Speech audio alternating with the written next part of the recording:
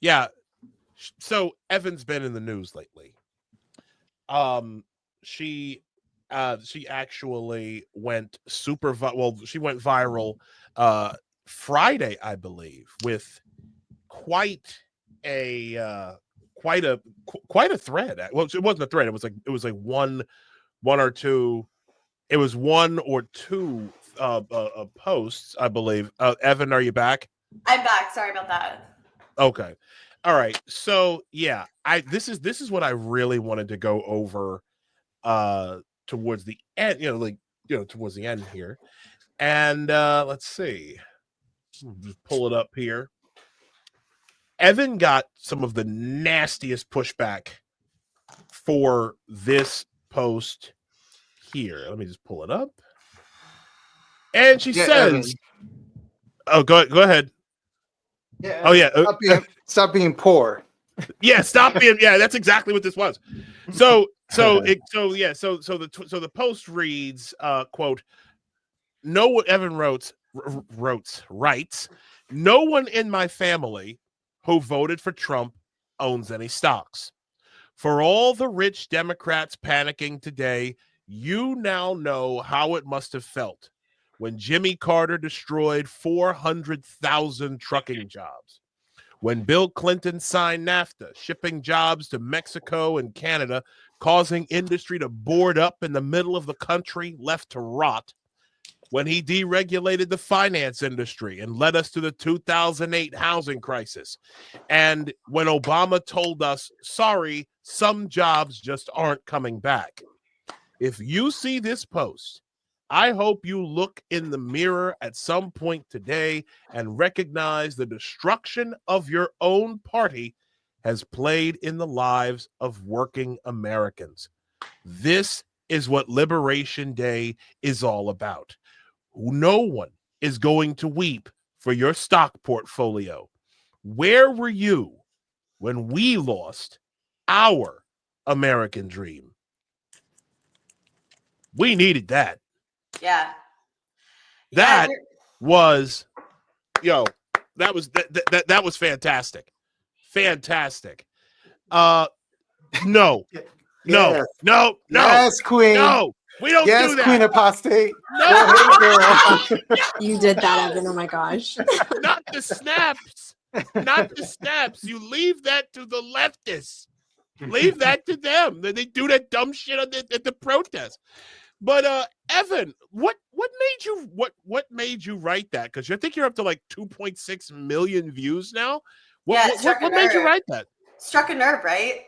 Especially for a post. I don't know. It was crazy. That's probably I've had a video go viral like that before, but that was my first just writing, that went viral, especially with not even having, I only have like 20,000 followers or something. So, but I wrote that post because I was watching the news and I was just seeing how people that I know in the Bay Area were reacting to Liberation Day, how they basically were just looking at Trump as if he's lost his mind. They didn't even really understand any of the reasoning or any of the backstory about the pain of people from my community. I'm originally from Missouri, that basically had their lives destroyed by bad trade policy. And that's why you see people like Sean Fain. He is the United Auto Workers president, who is an ardent Kamala Harris supporter, coming out and praising these tariffs and saying, thank God we finally have an administration that gives a shit about this. Because honestly, and I know in that post I was making a point about Democrats, and I did that purposely, and I can get into that in a minute, but this has been an issue that has been neglected by both parties. It's been both parties, the old Republican Party and the neoliberal Democratic Party, that has allowed this to happen, that has allowed manufacturing, has completely ceded manufacturing to China, has shipped jobs overseas, has allowed people's lives to be completely destroyed Barack Obama was asked this question in 2012 when he was campaigning for his re-election campaign. He was asked by I believe it was an auto worker in Michigan who wanted to know, who told him a story about his job being sent to Mexico and wanting to know like what Obama was going to do. And basically, point blank, he said, jobs just aren't coming back. Like, you're just going to have to find something else. And what there's these people on the coast, especially, not you guys, obviously, but a lot of these like rich elite people, liberals that live on the coast that have never driven through the middle of the country, right? They have no context. They have no idea, or the South, Georgia has also been affected by NAFTA, where Audrey lives, but they've never ever seen these communities and the way that they're hollowed out and the way that these used to be thriving towns where middle class, blue collar, working class people could thrive and live and have a piece of the American dream. They could buy a house on a salary with a job that they got without having a college degree. And that just doesn't exist. We basically traded all of our good trades and manufacturing jobs for service industry jobs in the United States. That's exactly what's happened. Jobs without benefits, jobs that pay very little, jobs that are underappreciated. And we've allowed ourselves, and JD Vance talks about this too. He says it's an issue of national security as well. We saw during COVID all these supply chain shortages that were happening because everything that we need, our medications, our chips, our technology, just all of these like basic things, the supplies that we need to build our cars and to build our ships for our military are all being manufactured elsewhere. And that's just stupid. And Donald Trump has seen this since the 1980s. He's been talking about this. It's pissed him off. He sees Americans getting ripped off. They call him the blue collar billionaire president for a reason. And that's because he sees it. He sees the pain and he gets it. And for once, we have a president that's actually fighting for these lost, forgotten people.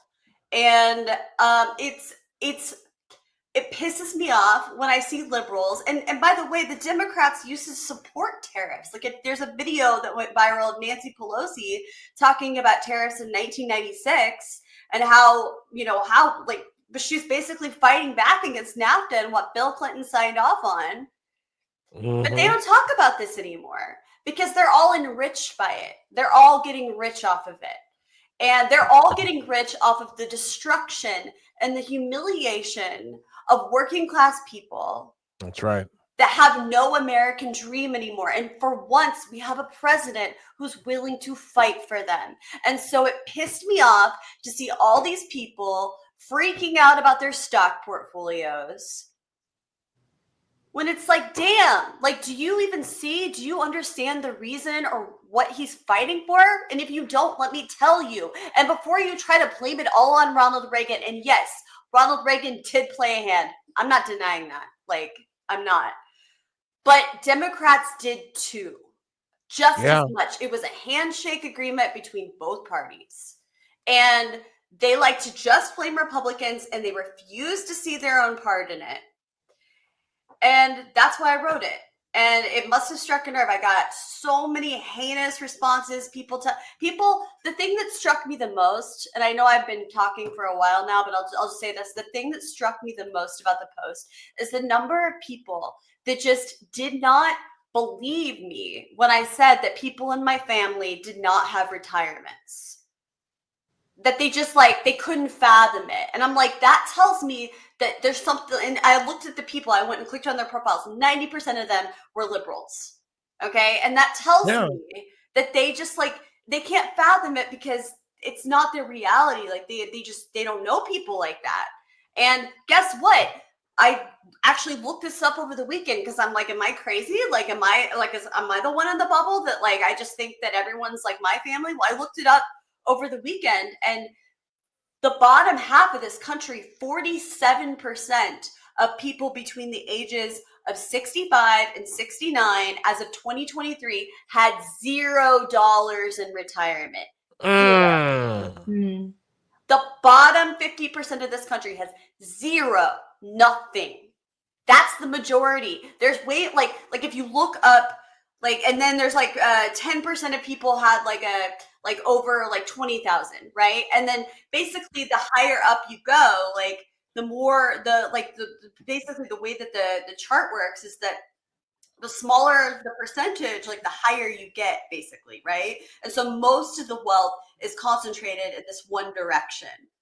Whereas like the bottom, like the majority of the people have nothing in retirement. So that's who Trump's fighting for. And I was listening to Besant earlier speak to Tucker Carlson about tariffs, and he literally says that. He's like, it's time for the bottom 40 to 45% of this country to get some relief because they've been squeezed and punished the longest.